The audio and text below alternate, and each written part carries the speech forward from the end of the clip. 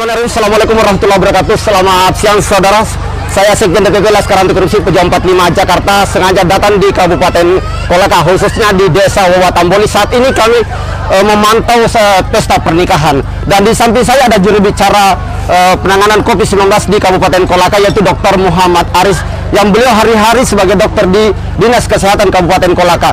Assalamualaikum Pak Dr. Aris. Waalaikumsalam warahmatullahi wabarakatuh. Bagaimana kabar sehari-hari? Alhamdulillah baik.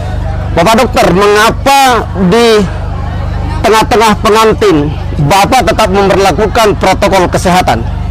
Ya, karena salah satu bagian dari protokol kesehatan adalah menjaga jarak, kemudian menghindari kerumunan. Nah, di setiap pesta atau acara-acara seperti ini pasti sangat susah untuk membatasi itu, sehingga minimal bermasker, kemudian selalu mengingat untuk tetap menjaga jarak, itu yang utama. Apakah memang Pak di Kabupaten Kolaka masih tinggi dari tingkat yang masuk kena virus COVID-19 Pak? Alhamdulillah di sekitar 4 bulan terakhir ini Kolaka sudah melandai Pak, sudah sangat turun. Tidak sama waktu di akhir tahun lalu itu sangat tinggi, tapi alhamdulillah sekarang sudah sangat jauh menurun, sudah sangat melandai. Tetapi itu kita justru harus mempertahankan. Apakah melandai karena terlalu banyak anggaran yang diporsi dari pemerintah pusat atau pemerintah provinsi Sulawesi Tenggara, atau memang karena masyarakatnya yang sangat peduli dengan penanganan COVID-19? Kalau dari segi anggaran saya kira tidak kita melihatnya dari situ, tetapi upaya kita untuk lebih menyadarkan ke orang, kemudian juga beberapa kebijakan penting yang paling kena kalau menurut saya. Yang pertama, vaksinasi. Ya, jadi seperti kami di kesehatan, seluruh tenaga kesehatan ya, nakes itu sudah divaksin. Kemudian yang kedua, pemberlakuan rapid antigen untuk setiap perjalanan itu sangat menekan, karena tidak bisa lagi orang berpindah kalau misalnya dia positif, sehingga sangat menekan. Bapak dokter yang juga sebagai juru bicara penanganan COVID-19 di Kabupaten Kolaka, Bapak yakin nggak bisa membubarkan ada kerumunan termasuk pesta pernikahan ketika tidak ada yang pakai masker sama sekali atau dia tidak melakukan cuci tangan dan menjaga jarak? Bapak bisa pastikan bisa melakukan pembubaran kerjasama dengan pihak kepolisian? Jadi kami punya aturan tentu dari Satgas ya. Kalau secara pribadi jubir kan tidak mungkin ini, saya penyampai informasi, tetapi hal ini kami menangkal atau mencegah dari awal. Semua yang akan melaksanakan pesta itu harus ada laporan, melapor ke BPBD, mulai dari desa dulu, kemudian camat, kemudian lapor ke BPBD. Kalau tidak ada laporan Pak ke Bapak, apa ada sanksinya? Sebetulnya sih dari segi ini, dari kepolisian tentu ada apalagi kalau yang misalnya sangat jauh ya, kita juga harus maklumi. Kalau misalnya desanya sangat jauh dari kabupaten, itu tentu karena di setiap kecamatan kan ada satgas masing-masing. Jadi mereka yang ngurus di setiap kecamatan. Jadi saya kira selama ini belum ada juga yang begitu Pak. Artinya tidak melapor mulai dari desa, karena di desa kan juga kita punya satgas mulai desa, apalagi sekarang pemberlakuan PPKM nantinya itu tidak ada yang lepas lah, karena semua kita peduli. Mungkin karena itu di Kolaka ini memang kasus bisa menurun karena orang inilah.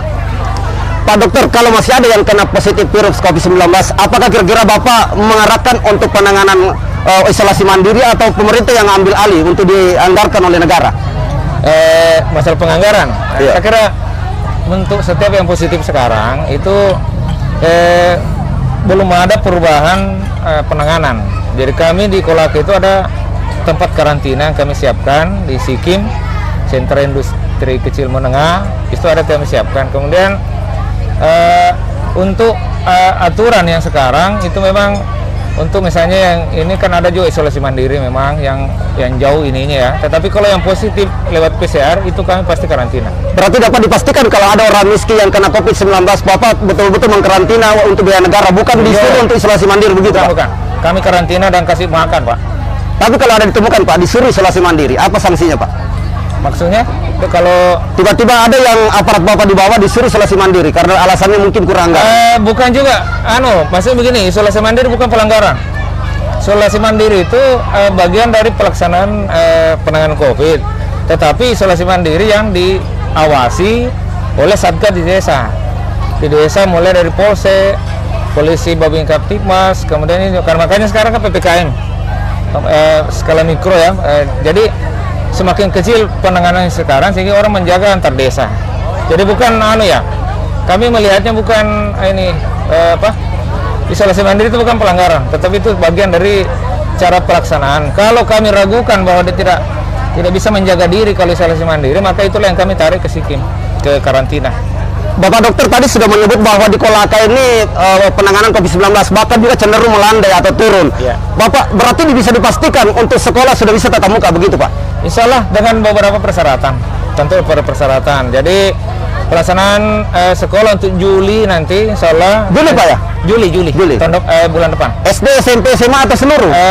Semua kalau ininya ya dari habis hasil rapat dengan Kementerian Kesehatan, Kementerian Pendidikan, Kementerian Agama dan Kementerian Dalam Negeri itu memang kita targetnya memang Juli sudah mulai, tetapi beberapa persyaratan sih bahwa nanti kalaupun masuk itu tidak satu kelas, itu nanti kita bagi, protokol kesehatan masih harus dijaga di sana, kemudian guru-guru juga divaksin seperti itu. Jadi banyak persyaratan yang ini kan, jadi tidak berarti langsung terbuka seperti yang dulu ya, kembali seperti itu tidak.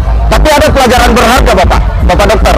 Ada di daerah lain begitu dia melakukan sekolah tatap muka tiba-tiba langsung ada yang positif. Apakah langsung diberhentikan secara total begitu? Kita akan laksanakan hentikan. Jadi ini uji coba kita laksanakan. Kalau nanti misalnya tiba-tiba ada positif, dihentikan, langsung dihentikan, kembali ke online lagi. Ini pertanyaan terakhir, Bapak sebagai juru bicara penanganan COVID-19 di Kabupaten Kolaka. Ya. Kalau benar-benar semakin turun atau dipastikan mendekati zero, Bapak bisa yakinkan, instruksikan kepada pejabat teras yang ada di Kabupaten Kolaka untuk seluruh aktivitas tidak lagi dibatasi begitu Pak? Selama begini, kalau hanya Kolaka saja belum ada jaminan. Jadi, belum ada jaminan? Belum ada jaminan, karena ini kan orang berpindah Pak. Kita di Kolaka ada bandara, ada pelabuhan, apa segala macam. Jadi tetap kita waspada selama pandemi belum ditarik oleh WHO, bahkan Presiden belum menarik pandemi, itu tetap kita jalankan semua seperti biasa. Kalau begitu Pak Dokter, pertanyaan kritis ini terakhir Pak. Ya. Ada bandara di sini, kemudian ada pelabuhan feri yang lintas kabupaten dan provinsi. Mengapa Bapak tidak melakukan tes antigen?